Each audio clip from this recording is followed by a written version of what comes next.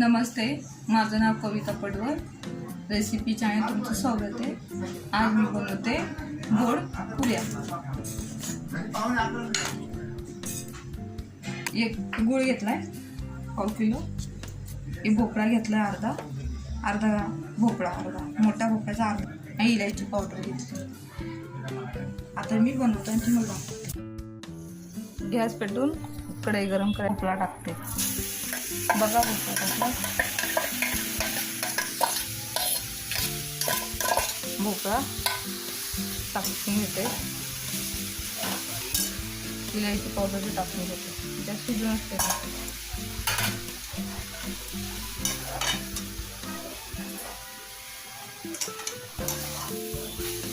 आता हे बघा, भोपळा गॅस बारीक करते. स्लो बारीक गॅसवरतीच करायचा. जास्त मोठी गॅस नाही ठेवायची, नाही जळून जाईल. खाली लागून द्यायचा नाही.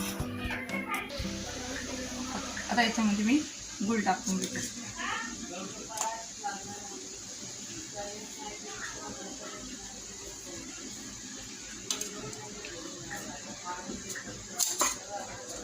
आता गूळ टाकून घेतला. आता त्याला खालून घेते.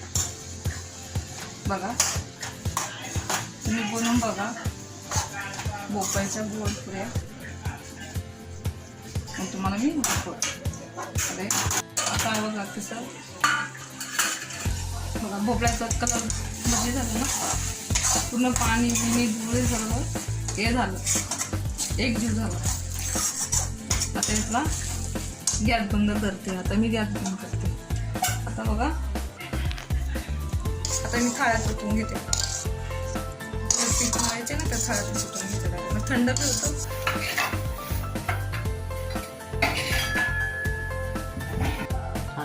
आता मी पीठ टाकते. तुम्हाला पाणी तेवढं पीठ ना, जास्त पीठ लागत नाही तर गोड कमी होणार आणि आपण जास्त घेणार. मी थोडंच घेणार आहे, जास्त हाय तेवढंच घेणार. गरम आहे ना, हात बसतोय ना, त्याच्यामुळं मी त्या चम्मचने त्याला हलवून घेते. मग तुम्हाला आता मी पीठ मळून दाखवते, नंतर वापस दाखवते.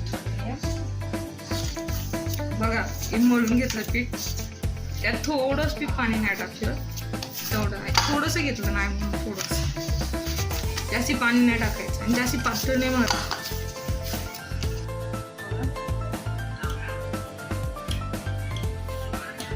पीठ कसं झालं माहिती आहे का, पेड्यासारखे पीठ झालं. तुम्ही एकदा करून बघा. तुमची मुलं, लहान मुलांना तरी आवडत. माझ्या मुलाला तरी आवडते बाकी, त्याला आवडते म्हणून. बघा, जास्त पीठ नाही लावायचं, थोडंच लावायचं. असं तुम्हाला करता येईल दाखवते. थोडं पीठ टाकलं ना वर आलं. आता थोडंसं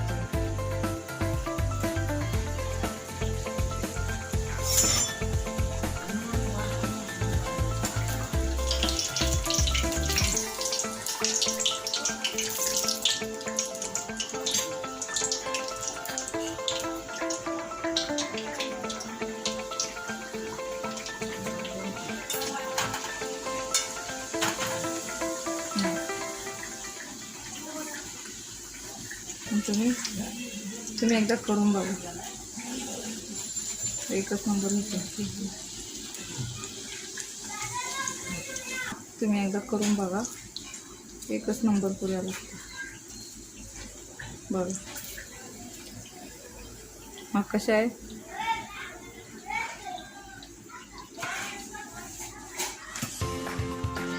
तेल चांगलं गरम झालं. आता तुम्हाला झाल्यानंतर दाखवते. झालं ना, मग तुम्हाला दाखवते.